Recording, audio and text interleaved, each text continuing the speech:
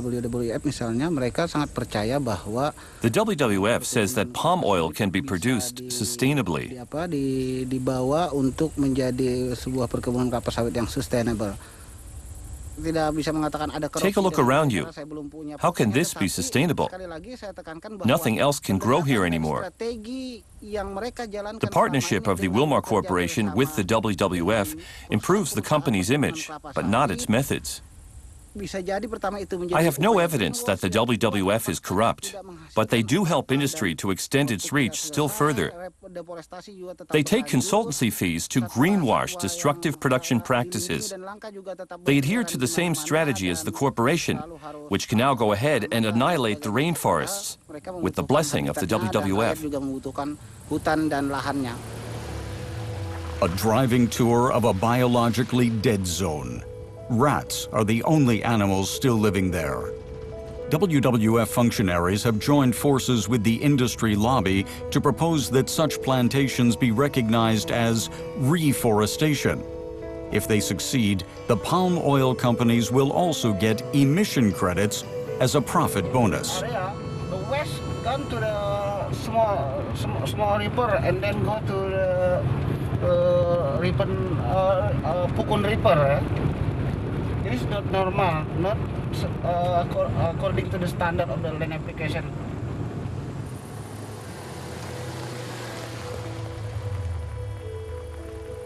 Oil palms have to grow for 5 years before the first oil fruit can be harvested. We got lost driving through the endless monotony of the plantations. Thanks to GPS, we managed to find our way out of the labyrinth.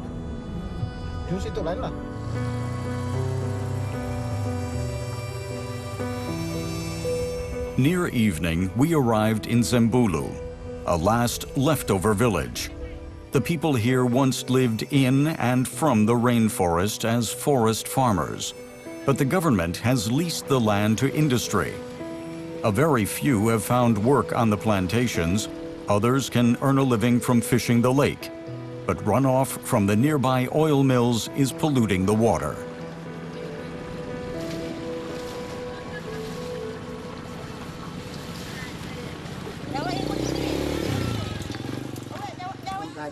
The farmers have not yet conceded the fight for their land. Some of them even have land deeds, but the government has leased their forest to the Wilmar Corporation nonetheless.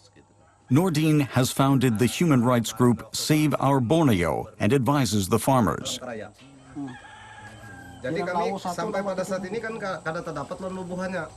Nordine got an unexpected SMS. Get out of Sembulu immediately, or we'll get rid of you permanently. It wasn't the first time the environmental activist had received a death threat. One of the farmers invited us on an excursion into his former tropical forest garden. Ada kebun saya dulunya. Karet juga kan. Jadi karetnya setelah digarap pakai alat berat. This was my land. Pudar yang dulu tuh. Jadi saya baru nanam. I had planted fruit trees amongst the trees of the forest. Jadi setelah dia nanam sawit. Here stood the big rubber trees that were my livelihood. Perkebunan pitis lonok ladang mas itu udah. One day, heavy machinery came and crushed everything in its path with no clearance permit. I went to Wilmar Management and objected. In vain. And I even have a deed of ownership. This is the land of my ancestors. For 5 years, I've been fighting against the company. Once, they even sent the military to chase me off. But I keep coming back. Bakhtaran chops down the hated oil palms and risks landing in prison for doing so. Like these farmers, who also fought expropriation.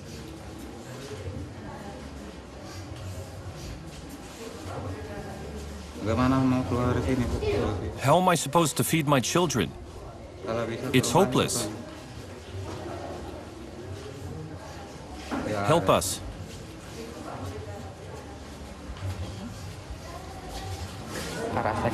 It sickens the soul. We are innocent.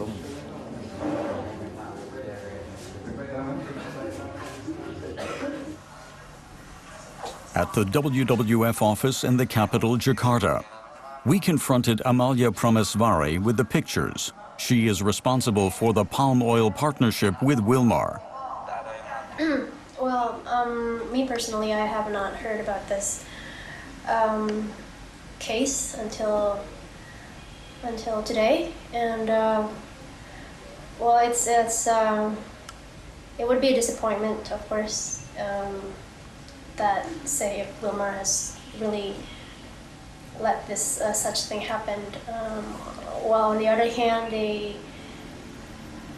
they also have other sustainability practices in place in other areas of Indonesia. Such as here, on this plantation, Kari Sawit. It literally stinks to high heaven due to untreated wastewater. This plantation was in the process of being certified sustainable with the seal of approval of the Roundtable on Sustainable Palm Oil, an organization that unites over 400 palm oil industry players and the WWF. With the green stamp of approval, the company can cash in on European subsidies for regenerative energy. Environmental organizations, such as Greenpeace, characterize the certification system practiced by the WWF and industry as fraudulent labeling. There is no biodiversity here, and too many chemical also. So animal cannot live here. Too many chemical, and there is no biodiversity. On to the next Wilmar plantation. Here, the WWF had managed to stipulate that some of the forest not be chopped down. 80 hectares were left intact. 80 from 14,500. In the midst of the palm oil production site, we found the remaining bit of forest. You can walk across it in 20 minutes. This used to be a significant orangutan habitat. According to our monitoring, a few months ago, we found orangutan here, 2 orangutan. It's too small because orangutan need very much forest to find food, and orangutan survive. They go on to plantation, and of course the company hungry to the orangutan and kill them. A token sustainable forest. What compels the WWF to get into bed with agribusiness? The search for an answer took us to Geneva, Switzerland, the epicenter of global agricultural trading, an arena in which the WWF appears quite at home. The organization offers green certificates to industry for tropical woods, corn, soy, fish, sugarcane, and palm oil. The World Congress for Bioethanol was in full swing. The WWF was the only NGO to be invited. Dörte Bieler heads the biomass section at WWF Germany. We had to leave the hall before her speech.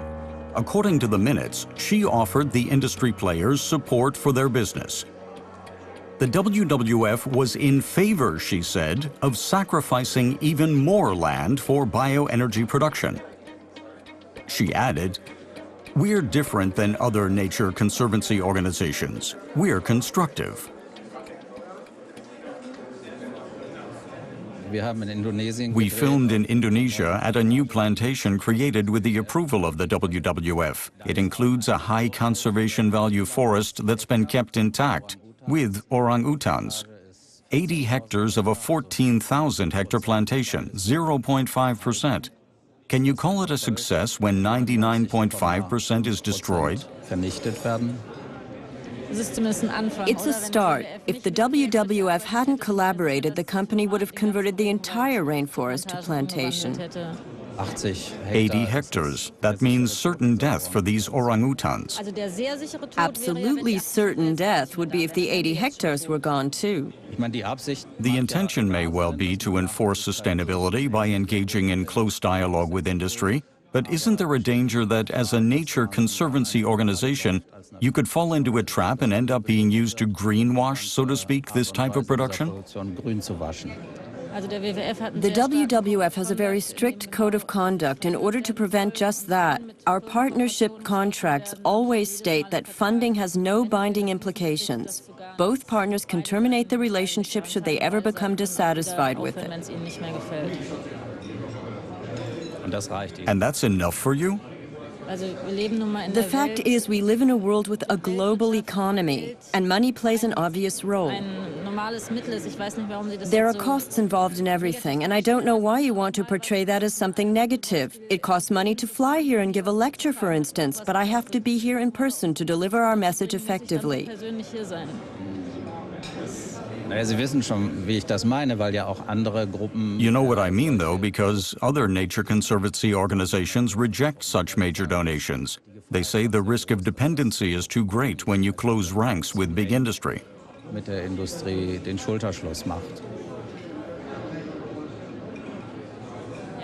Yes, but other NGOs perhaps don't have the same impact. Okay, what is your impact? Where is the success?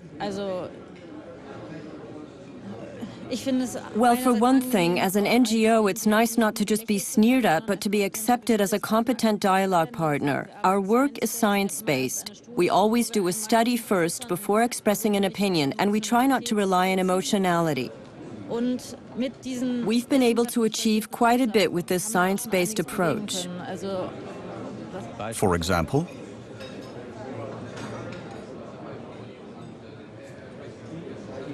I couldn't come up with anything you wouldn't find fault with. How's this for an example? The HSBC Bank in London. It's a member of the Round Table on Sustainable Palm Oil founded by the WWF.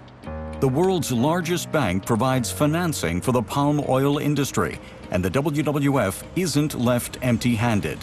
The bank has donated $100 million to a climate partnership with the WWF.